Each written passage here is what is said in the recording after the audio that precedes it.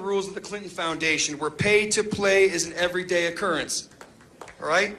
Clap if you're hearing me, guys. That's right. Every day.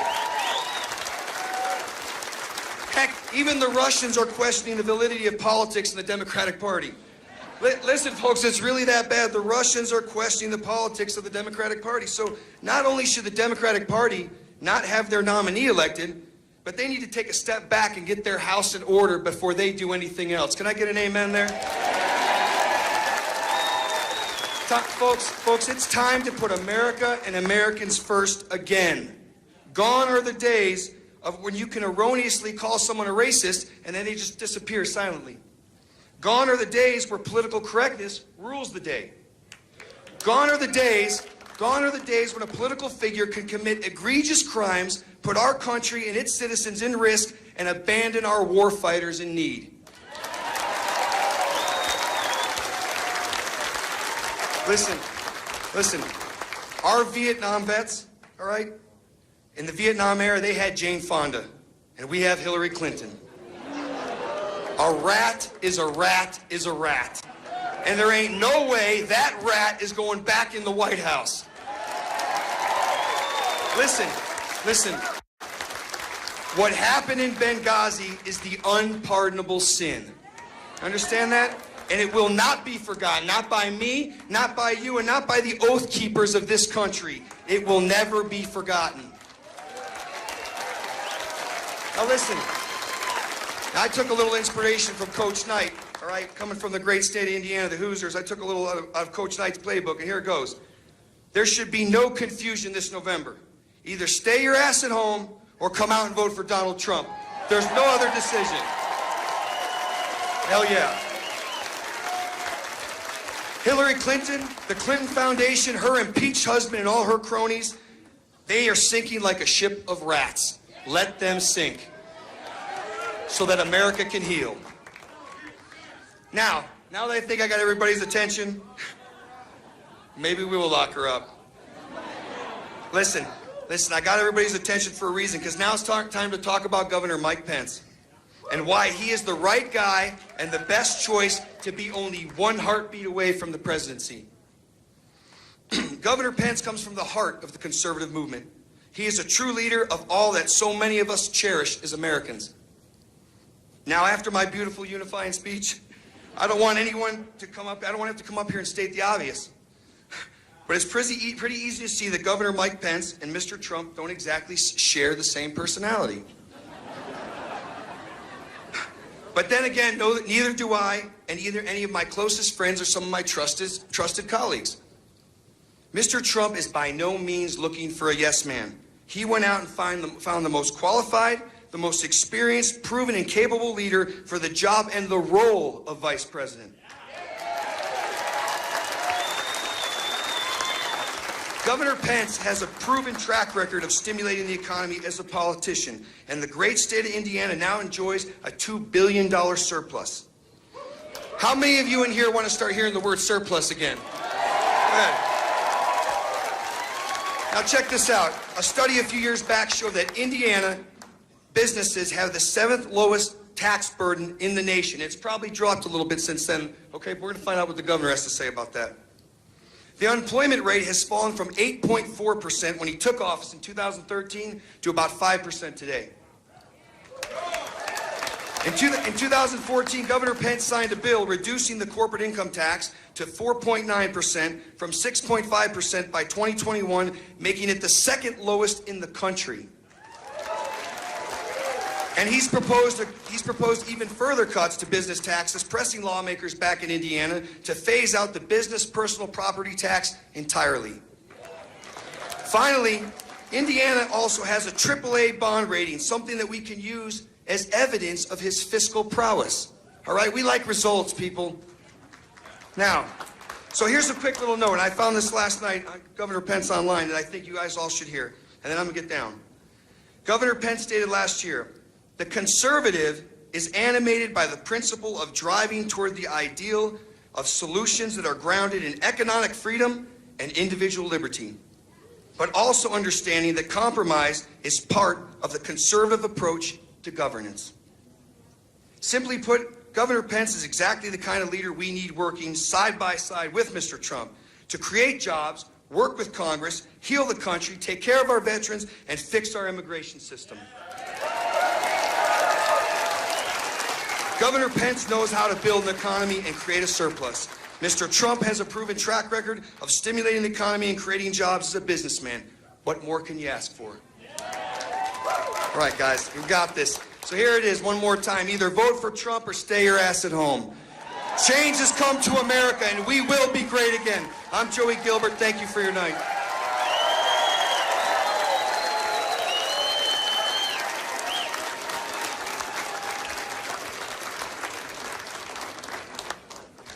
Well, Joey read half my speech and took the paperwork. I want to bring something. You know what? In Nevada, we always do stuff as a team. When we took over in 2012, needless to say, the Nevada Republican Party was a disaster. It's nobody's lie. But each and every one of you contributing, making the difference, let the pundits say what they will, let them keep putting us down.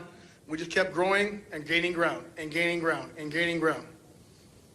And we had a motto, my last election. It was, ignore the noise and finish the mission. And that's exactly what this campaign's been all about. But there's some people I want to call out tonight. Mr. Trump, when he first decided to run in June, I got contacted in July, just right after. And I can tell you, I sat down with some of his team, and they're the most humble and perfect individuals I've had my pleasure of meeting in a long time. And I've been doing this since I was a baby. But more importantly, two individuals that came on the campaign and made it very special. And they need to be recognized here tonight because they weren't given a shot. And that's where I like to play from, ladies and gentlemen. I love to be the underdog.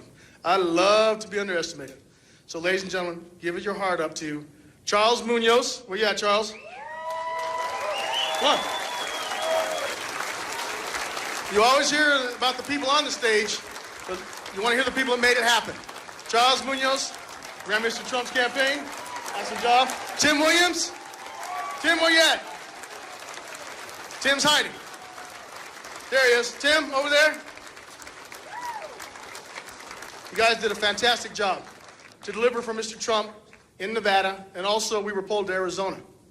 And a great victory happened down there as well. So Charles and Tim and myself were spread pretty thin, but more or less them, not me.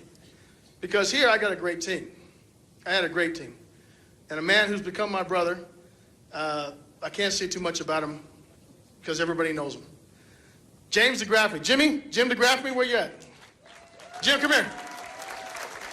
Ladies and gentlemen, that's the Vice Chairman of the Republican Party for Nevada, Jim DeGraffney.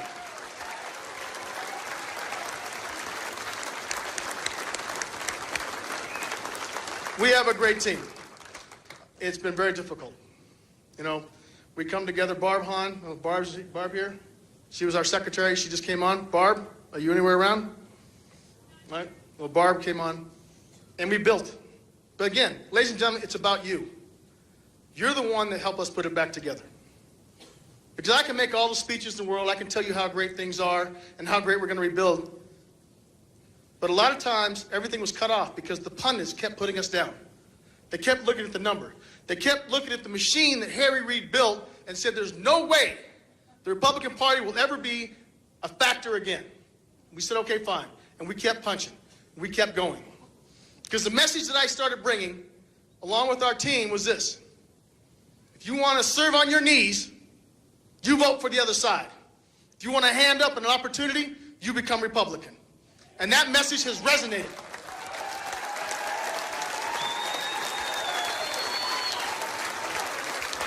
I can point to all our leaders, our Republican leaders, and I can tell you who stood there and who took the barrage and who was in your corner.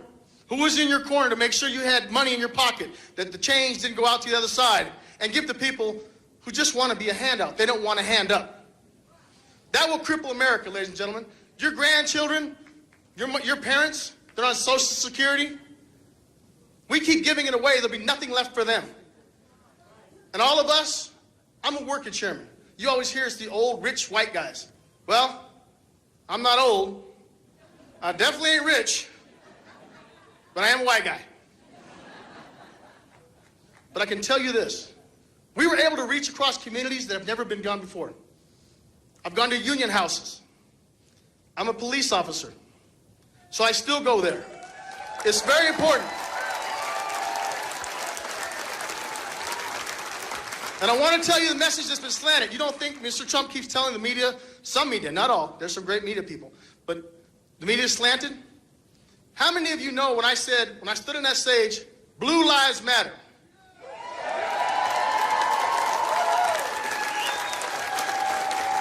Before we took that stage, a police officer was killed. Another one of my brothers in the line of duty. Another one that puts his life on the line for each and every one of you every night, whether it's in New Orleans, Florida, LA, or here. It's a tight-knit community because when I go to work, we may not come home. Now, my job is a little bit easier now because I do constable work. But when I was on Metro, that's what happened. You never know if you're coming home. But it's because each and every one of you. But the media didn't print that. They print. McDonald didn't know where the Capitol was. Didn't put Blue Lives Matter, but they put the one little slant that made an issue. That's fine. Because you know what? Each and every one of you have called me. Not each and every one of you. Each and every one of your neighborhoods have called me. And they've told me the same thing. Just keep going. Just keep going. Just keep going. I got great leaders that I'm able to plow the road for. And that's my job as your chairman.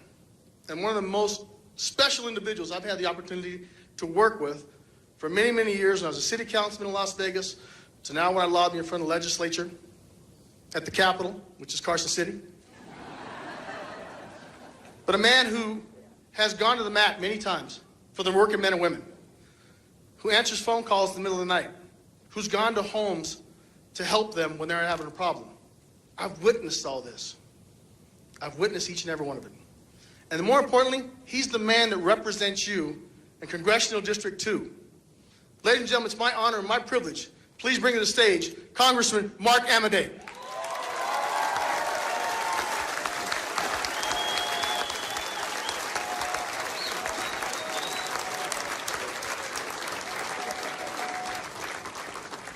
Thank you, Mr. Chairman. A few people here. Hey, listen, the governor's backstage. I know you didn't come to hear me talk, so I'm not going to disappoint you for long.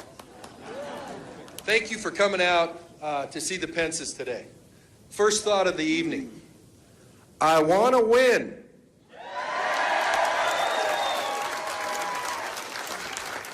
Enough about me, let's talk about you. Why is Governor Pence here? Well, let me see. Donald Trump won Nevada. We vote, and we are all hoping for a change.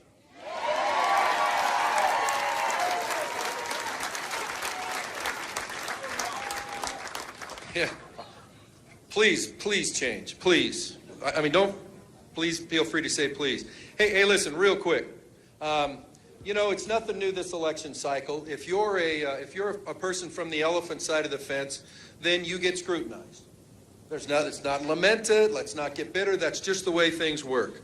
But it's like, oh my God, unconventional campaign. Last time I checked, what was it? A 17-way knife fight for that primary thing? I know I picked a few people in it that aren't here today. The campaign hasn't thanked me yet either for that. But there's a couple things I want you to keep in mind. First of all, if your starting premise is that things are okay, we simply disagree. They're not okay. Okay? Second thing, I don't want to bother anybody's narrative. This guy got the most votes of anybody in a primary in the history of counting how many primary votes you got.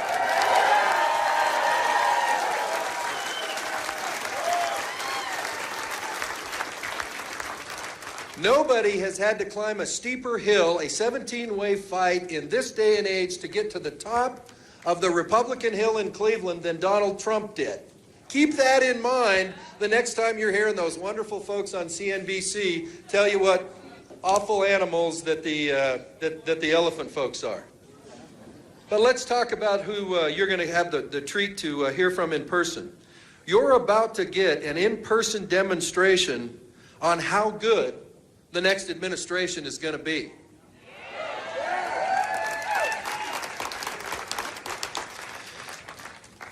Governor Mike Pence, other than a little hiatus he had where we were in the Congress at the same time, but that doesn't seem to have affected his career at all, did a few things in Indiana. You've heard about a few of them. Cut taxes every time. They got a few $1 billion in the bank. They got a AAA bond rating as a state. I mean, but really, what about what his qualifications are maybe to lead the free world? Let me just tell you this. One of the most important things we as Westerners need to know is because, Indiana, they call themselves Midwesterners, and since he's going to be the vice president, we're going to let him do that a little longer. Dog's name. This is an important thing. Dog's name. Maverick.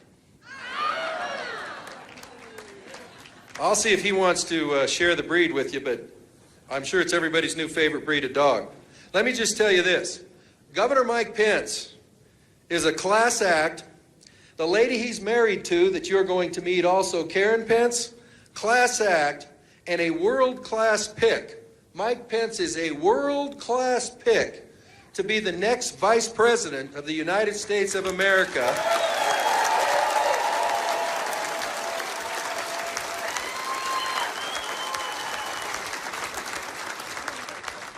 This is the last line, so you don't have to wonder which one is.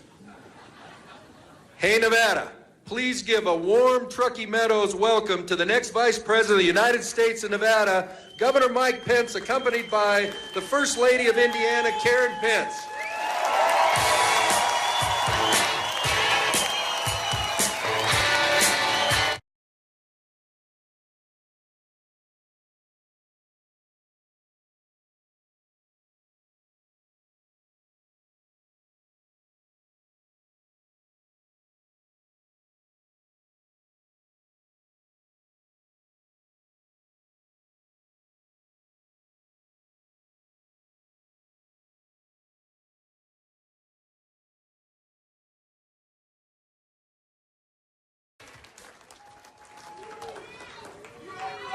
Hello, Nevada!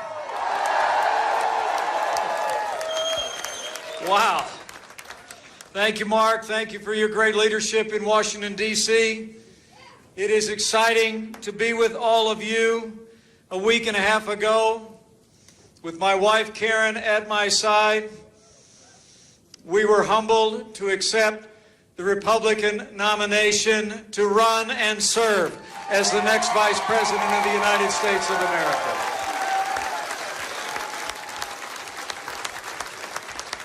Mark gave me a warm introduction, but we served a little bit of time together in Washington, D.C., and he knows the introduction I prefer is a little bit shorter.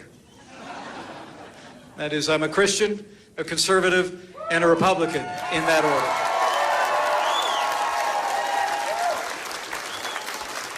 And I got to tell you, when I got that call a couple of weeks ago, I joined this campaign in a heartbeat.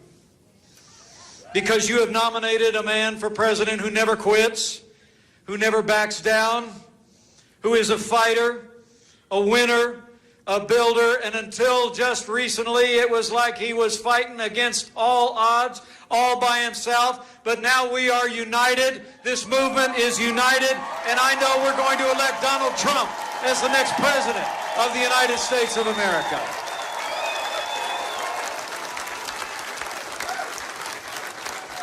It really is amazing. At the very moment when the people of this country are crying out for something new and different, they're crying out for something different than the failed status quo in Washington, D.C. The other party has answered with a stale agenda and the most predictable of names.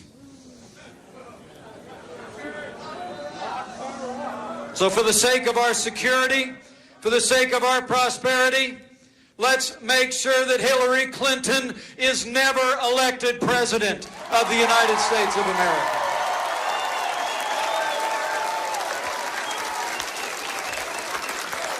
You know, the failed policies of Barack Obama and Hillary Clinton have weakened America's place in the world and stifled our nation's economy. Hillary Clinton is essentially promising a third Obama term, and I say 2 is enough.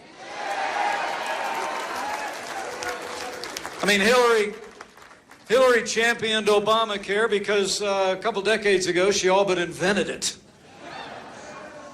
National debt has nearly doubled over the last 8 years, and her only answer is more borrowing, more spending, more taxes, more regulation, and more government. We don't need more of what Barack Obama and Hillary Clinton are offering the United States of America.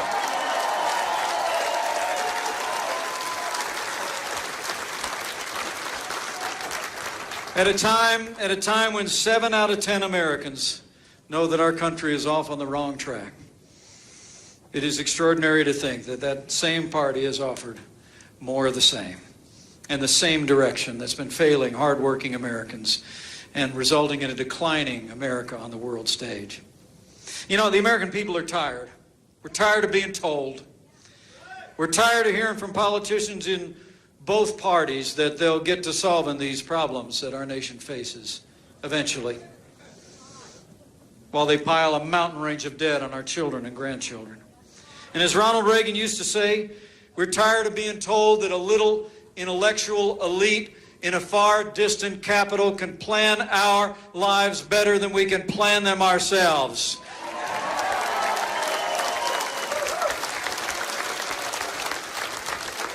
You know, Donald Trump understands the frustrations and hopes of the American people like no American leader since that president, our 40th president. His heart resonates with the American people, their frustrations, with their aspirations. In a word, Donald Trump gets it. He's the genuine article. He's a doer in a game usually reserved for talkers. And when Donald Trump does the talking, he doesn't go tiptoeing around all those thousands of new rules of political correctness that are imposed by the national media. He just tells it like it is, straight from his heart and straight from his mind and straight to the American people. You know, the funny thing is the party in power seems helpless to figure out our nominee. And I'm talking about the media.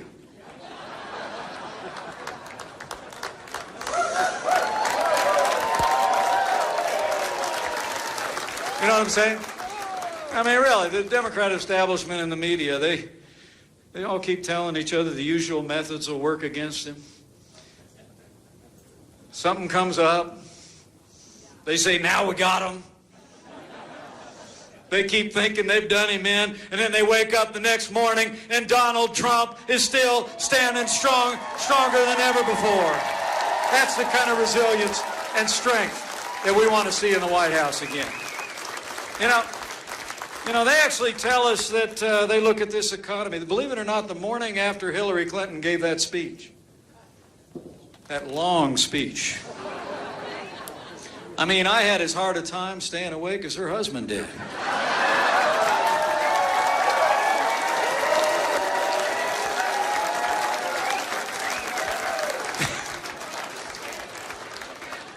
I mean, after that speech, we got up the next morning and found out that they'd rounded down the estimates about the growth in our economy. 1.2%, the slowest, weakest recovery since 1949. You know, they tell us this economy is the best we can do. Well, I don't know about you, Nevada. I say it's nowhere near the best we can do. It's just the best they can do. And we're going to show them how we can get this economy going when we elect Donald Trump as the next president of the United States. You know, I come from a state that works. I really do. Back in the state of Indiana, we balance budgets. We just reported record reserves. Largest budget reserves in our history. That was after we just had the largest increase in education funding in Indiana history. We invested $2.5 billion in roads and bridges, health care, innovation, and as governor, I've cut taxes every year for the last 4 years, and we have more Hoosiers going to work than ever before in the 200-year history of our state. And let me tell you, Fiscal responsibility, pro-growth policies, investments in ways that support our people is exactly the kind of no-nonsense leadership that Donald Trump is going to bring to the Oval Office in the White House in Washington, D.C. You know, to be around this man is to see a person who's never forgotten. He's never forgotten hard-working men and women of this country. People who work with their hands, who grow the food, who build our roads and bridges, who tend to our sick, teach our kids, protect our lives and our property. In fact, gathered among us today in a very difficult time for people that wear the uniform are many people in law enforcement in this country. Would you join me in just showing our support and appreciation for all of the men and women who stand on the thin blue line of law enforcement in America?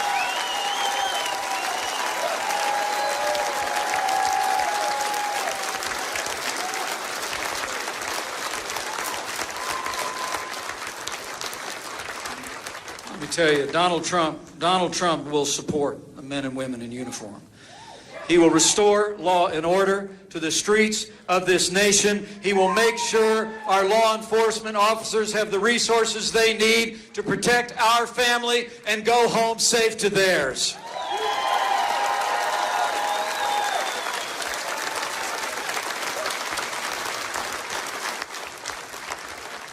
Donald Trump understands that the President of the United States is the chief law enforcement officer of the United States of America. And so he will be. In 7.5 years of Barack Obama and Hillary Clinton's policies have challenged our economy at home, resulted in, seems like, in more divisions than we've ever seen in our country. But worse still, they have weakened America's place in the world. Terrorist attacks at home and abroad, grim and heartbreaking scenes from France just a few short days ago. A Catholic priest murdered in the pews of his own church in France. Attempted coup in an ally in Turkey, all attest to a world spinning apart. You know, history teaches us that weakness arouses evil. I would submit to you Hillary Clinton and Barack Obama's foreign policy of leading from behind, moving red lines, feigning resets with Russia, and the rise, rule, and reign of ISIS are a testament to this truth of history.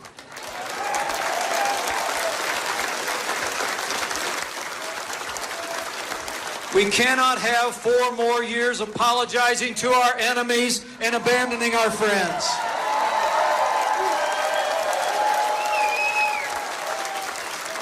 America needs to be strong for the world to be safe. And on the world stage, Donald Trump will lead from strength from day one.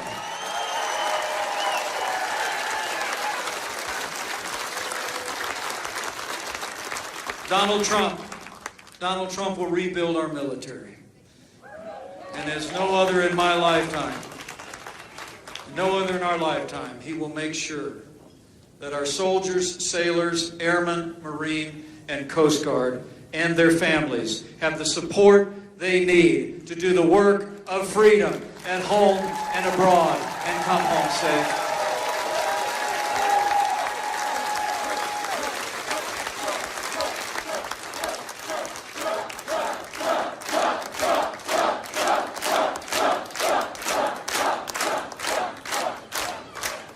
A lot of talk the last few days about American heroes, and that's always a good thing.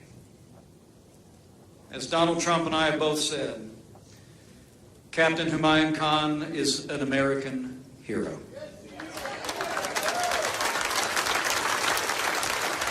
And Captain Khan and his family, like all Gold Star families, should always be cherished by all the people of the United States of America.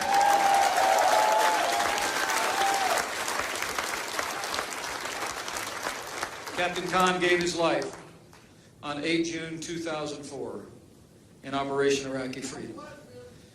It's an extraordinary story. Captain waved away junior officers while a vehicle approached. He got them out of harm's way and he walked toward the danger and cost his life. We honor him, and we will never forget his sacrifice or that of his family.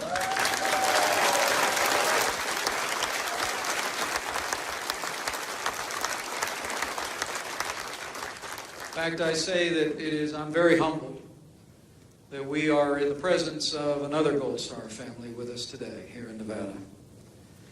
Their son, Lance Corporal Brandon C. Dewey, fell in eastern Al-Anbar province in the United States Marine Corps on 20 January 2006.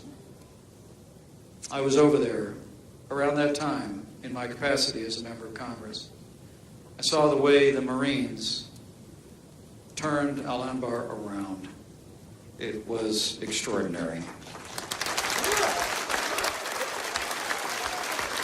Today, we honor the memory of Lance Corporal Brandon C. Dewey, United States Marine Corps, and we are profoundly honored to be joined by his mom and dad, Julia Dewey Conover and Scott Conover. Thank you for honoring us by your presence, and God bless the country.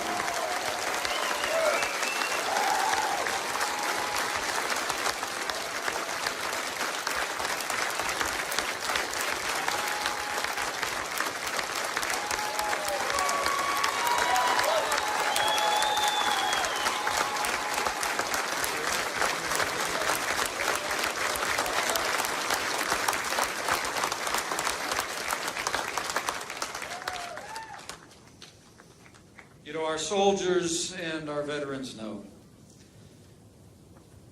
Donald Trump supports our troops and their families. He will rebuild the American military, and he will reform the VA when our soldiers come home and take the uniform.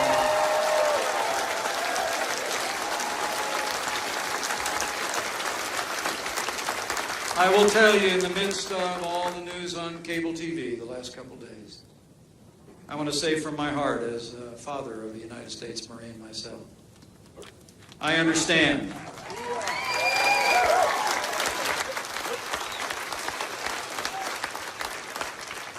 I understand and appreciate the attention being paid to Captain Khan's family and the honor that you just bestowed on Lance Corporal Dewey's family. What I don't understand is why the media maligned and continues to ignore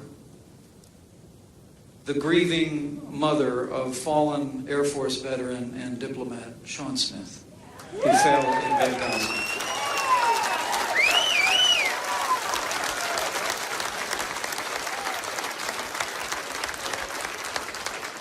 Pat Smith spoke at the Republican National Convention and was actually criticized by some of the same voices you're hearing a lot from in the national media in the last 48 hours.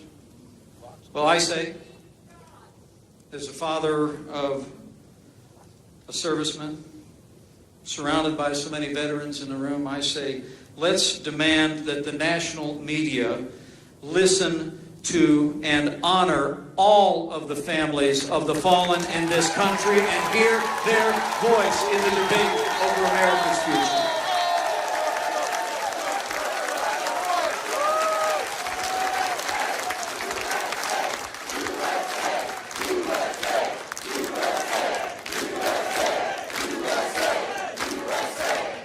It's just so important to remember Hillary Clinton's record on foreign affairs. I mean, where Lance Corporal Dewey fell in Fallujah, the progress that was made in Iraq, it was decisions by Hillary Clinton and Barack Obama who abandoned the gains that we'd made in Iraq after the 2008 election, created a vacuum in which ISIS was able to spawn and overrun the gains that had been won. It was Hillary Clinton who actually instigated the president's disastrous agreement with the radical mullahs in Iran. And it was Hillary Clinton who left Americans in harm's way in Benghazi, and after it was over said, "What difference at this point does it make?" Well, let me say, Anyone who said that, anyone who did that, should be disqualified from ever serving as Commander-in-Chief of the Armed Forces of the United States of America.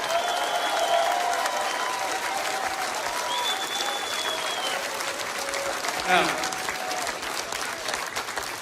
one other issue before I close.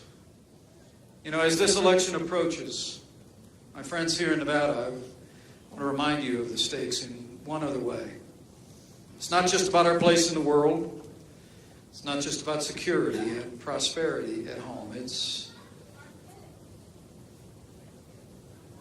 perhaps even more significant that while we'll be choosing a president for the next 4 years, that president will likely set the course of the United States Supreme Court for the next 40 years. You've got to think about it. You've got to think about that. We all better think very carefully about what that means to our Constitution and the principles of limited government. Now, I said before, over in Cleveland, elect Hillary Clinton, you better get used to being subject to unelected judges using unaccountable power to make more unconstitutional decisions. Okay? So let me say this.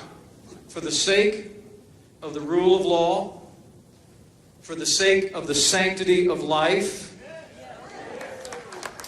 for the sake of our Second Amendment, for the sake of all of our God-given liberties enshrined in our Constitution and our Declaration, we must ensure that the next president making appointments to the Supreme Court of the United States is President Donald Trump.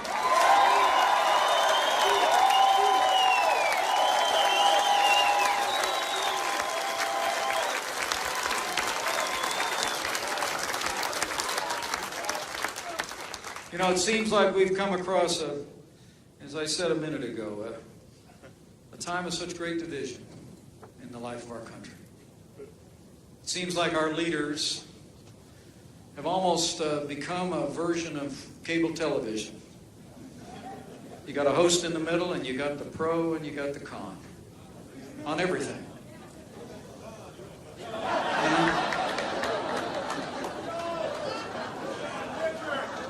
It seems like we're in an adversarial time in the life of our nation, but you know what? That's really not the way I was raised. My grandfather got on a boat when he was about 24 years old, came to this country from Ireland. The legend in our family is that my great-grandmother bought him a one-way ticket. He wouldn't see her for 25 years. She bought him a one-way ticket and said, "You got to go there because there's a future there for you." He came to America and he loved this country. He drove a bus for 40 years in Chicago, Illinois. He was the proudest man I ever knew. I was named after my grandfather.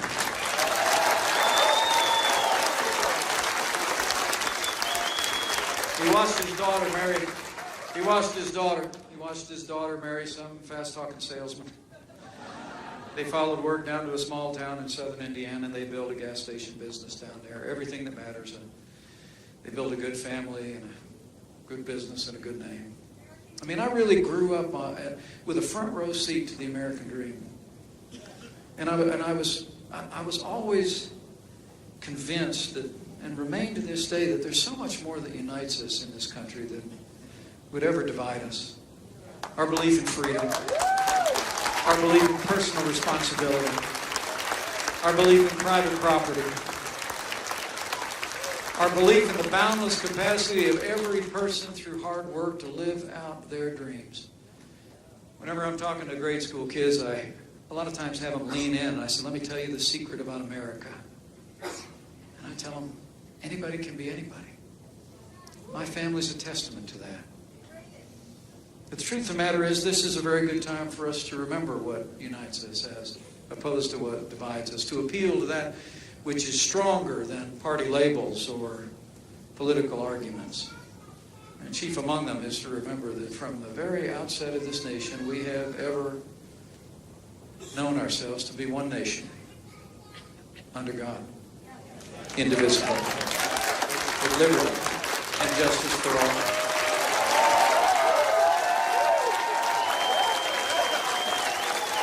So I would say to you, I would say to you, if like my little family, you're inclined to bend the knee, I just encourage you to do it in the coming 100 days. For all of our neighbors, all of our friends, all those struggling and facing challenging times at home and abroad. Because I truly do believe in my heart of hearts that is what's always been true, that if his people who are called by his name will humble themselves and pray, he'll hear from heaven and he'll heal our land.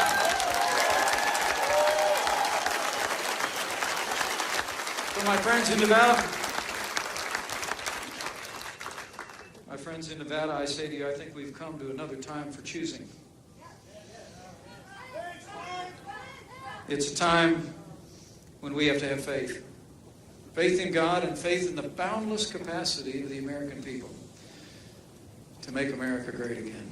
But we've got a choice to make. We've got a choice to make. If you want a president who will protect this nation, confront radical Islamic terrorism, and rid the world of ISIS, if you want a president who will restore law and order to the streets of this country and give our law enforcement men and women the resources they need and deserve to do the job and come home safe, if you want a president who will cut taxes, grow the economy, and squeeze every nickel out of that bloated bureaucracy in Washington, D.C., if you want a president who will roll back red tape, end the war on coal, and repeal Obamacare lock, stock, and barrel,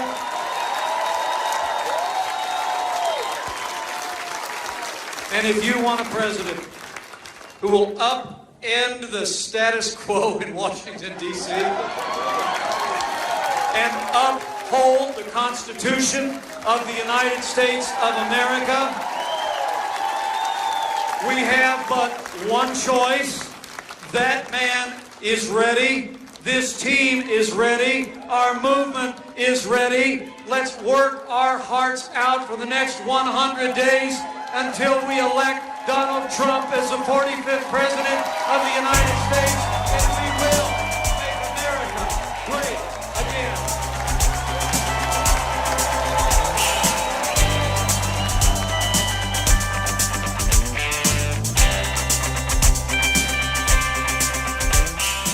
We're gonna make America great again. We're gonna make America free again.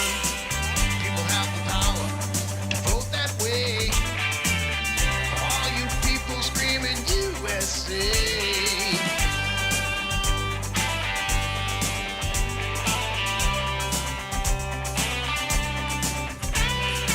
We're gonna fill this country with work again. We're gonna bring those jobs